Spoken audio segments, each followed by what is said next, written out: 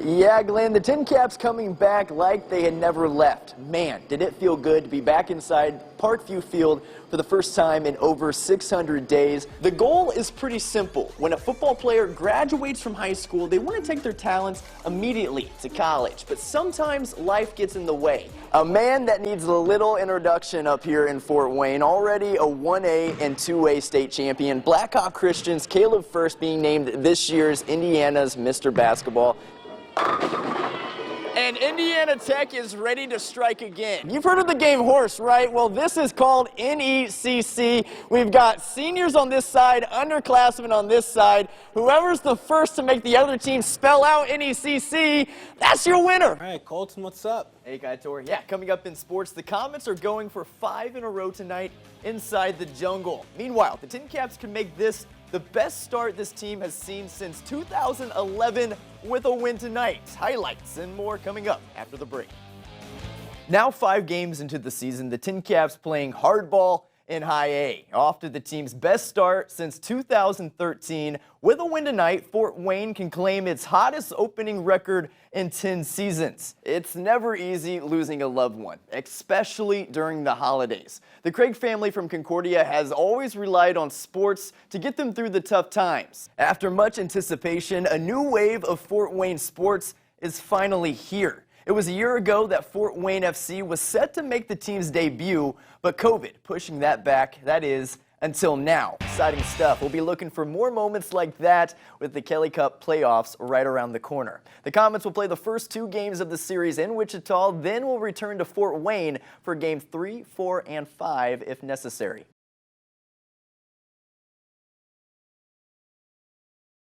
From the get-go, I always wanted to go to the Olympics too. I don't know what gave me that fire in my heart. On the road to Tokyo, former DeKalb Baron Rachel Dinkoff is just one perfect throw away from making her Olympic dreams turn into reality. So I am less than a meter, less than 3 feet away from it, which in discus that can just be a nice windy day. Now normally on the discus field it's a lot farther of a throw, but this is just to give you an example. The Olympic standard is 63.5 meters. We'll say that's right here. With Dinkoff's newest throw, her personal record that she just set last week, she's at 62.72 meters. And just to show you how close this really is, this is the difference between a shot at the Olympics for the former Baron. Because I truly believe I'm capable of hitting that this season, and I've been very consistent, so I just need to let it happen, and yeah, so close right there. Through the ups and downs of this sport, she's never let a challenge get in the way of setting new distances. There was something inside me that was just like, no, Rachel, like you have more, like you can do this, you can become an Olympian. This can just be your come-up story. And what would be the perfect ending to this come-up story for the thrower? Getting to represent the red, white, and blue, something that means everything to her. I have moved halfway across the country from my friends and family for this. It could bring me to tears. Like, I think that'd be so amazing to just represent the USA, you know, wear the colors, say that I'm an Olympian and that everything I've poured into this sport has shown.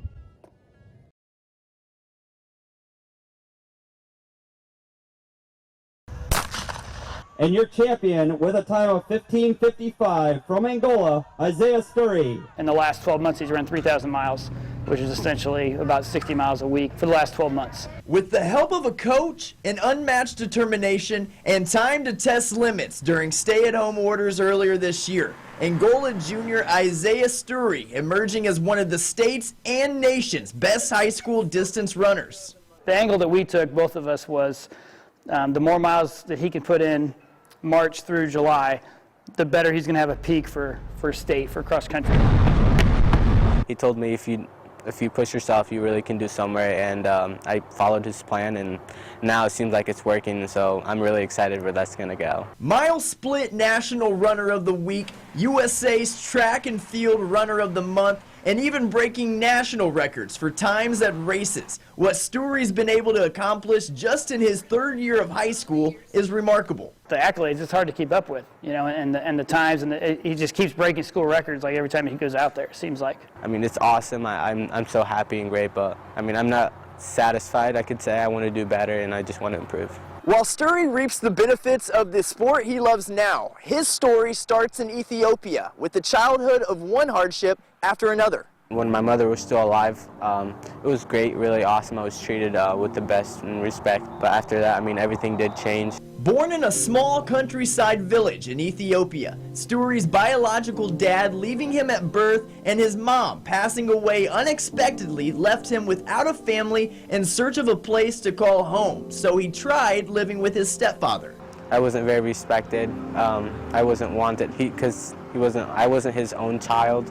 I was nothing, basically. For a while, Sturry bouncing around from relative to relative, at some point getting mistreated or beaten everywhere he went. It was an awful time, and I've cried so much. Now these days, I can't even cry anymore. Sturry eventually found his way back to his sister's house, and it was there that they decided the best place for him would be an orphanage. My sister put me in a great place to be, and then now I'm really here. But how did he wind up over 7,500 miles away from Ethiopia to a small town in northeast Indiana? Well, that's where the Sturrys of Angola come in. Everyone wants to adopt the little babies.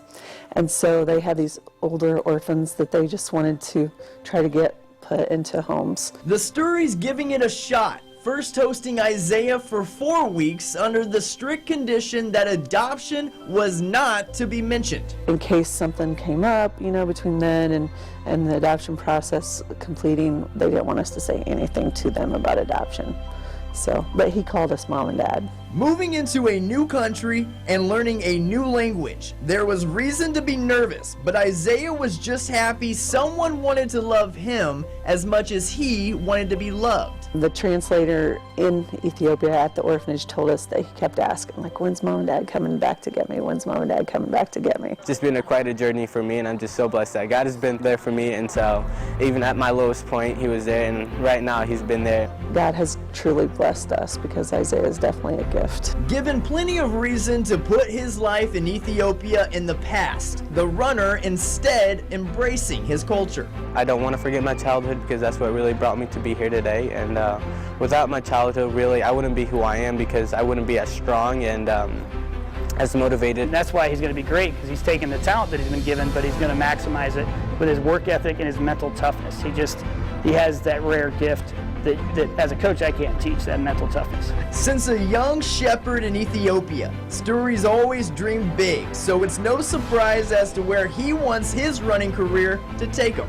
My dream is someday to be an Olympian. Do I think we'll see him on TV someday run in the Olympics? I do, in his late 20s. If he stays motivated and stays healthy and just keeps that same, incredible personality he has right now and love for the sport of running. In the marathon of life, Sturry keeping great pace. For Wayne 15 Sports, I'm Colton Howard.